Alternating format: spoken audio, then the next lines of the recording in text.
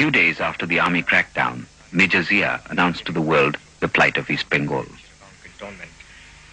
And once I was told about it, and having known the earlier background that the Pakistanis were out to kill our people, the civilian population and the Bengali army personnel, we had no other way but to take up arms and fight our way out.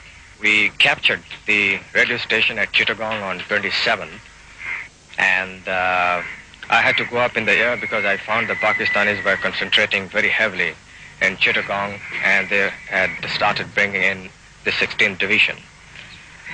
As a last resort, I wanted to tell the world what was happening, and I went up the air in the evening and I made the declaration.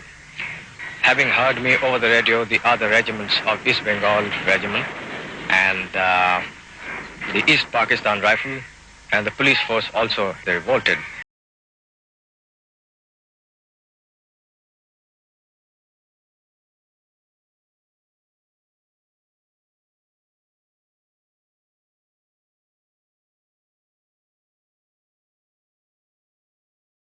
একটি গুরুত্বপূর্ণ ভাষণ শুনবেন।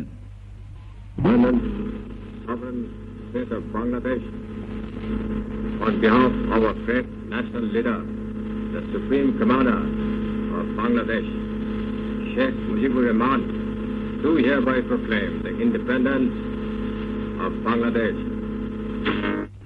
It is further proclaimed that Sheikh Mujibur Rahman is the sole leader of the elected representatives of 75 million people of Bangladesh. I therefore appeal on behalf of our great leader, Sheikh Mujibur Rahman, to the government of all the democratic countries of the world, especially the big world powers and the neighboring countries, and to take effective steps to stop immediately the awful genocide that is being carried on by the army of occupation from Pakistan. To dub us the legally elected representatives of the majority of the people as secessionists is a cruel joke and contradiction in terms which should befool none. The guiding principle of a new state will be, first, neutrality, second, peace, and third, friendship to all and enmity to none. May Allah help us. Joy Bangla.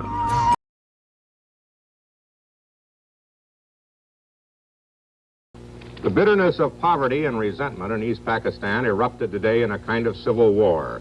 Sheikh Mujibur Rahman, the leader of East Pakistan, declared the region an independent republic, which he said will be called Bangladesh, the land of the Bengalis. Pakistan is a nation united only by religion. West Pakistan has the money and the government and the resources. East Pakistan, 1,000 miles away across India, has the poverty and the misery. It seems to get in the world news only when it sets a record for disaster, as it did last fall with the tidal wave that killed 200,000 people. Now West Pakistan, which also has most of the army, is trying to crush the revolt. There are reports of many casualties in Dhaka and other East Pakistan cities. Americans reaching the U.S. consulate in Dhaka say that the army is using full force, including tanks, throughout the country. The revolt came after a final breakdown of talks for which Pakistan President Yahya Khan went to East Pakistan. The background of today's Declaration of Independence now from Ted Koppel in Dhaka. As far as the people of East Pakistan are concerned, the central issue has never been in doubt. They have been treated, they feel, as though their country were a colony of West Pakistan. In last December's general election, East Pakistan's Awami League won an absolute majority in the National Assembly. The Assembly was due to convene on March 3rd. It would draft a new constitution. Given a majority voice in the new Assembly, things would be different for East Pakistan. But the Assembly never met. Under pressure from West Pakistan's political leader, Ali Bhutto, President Yahya Khan postponed the Assembly for 3 weeks. Under the leadership of Sheikh Mujibur Rahman, the Bengalis took to the streets. The situation became so critical that President Yahya himself flew here to Dhaka to meet personally with the Sheikh. The meetings were so private that no member of the press has yet seen or photographed the two men together. Finally, the third protagonist was summoned from Karachi. Ali Bhutto arrived in Dhaka surrounded by machine gun-toting bodyguards.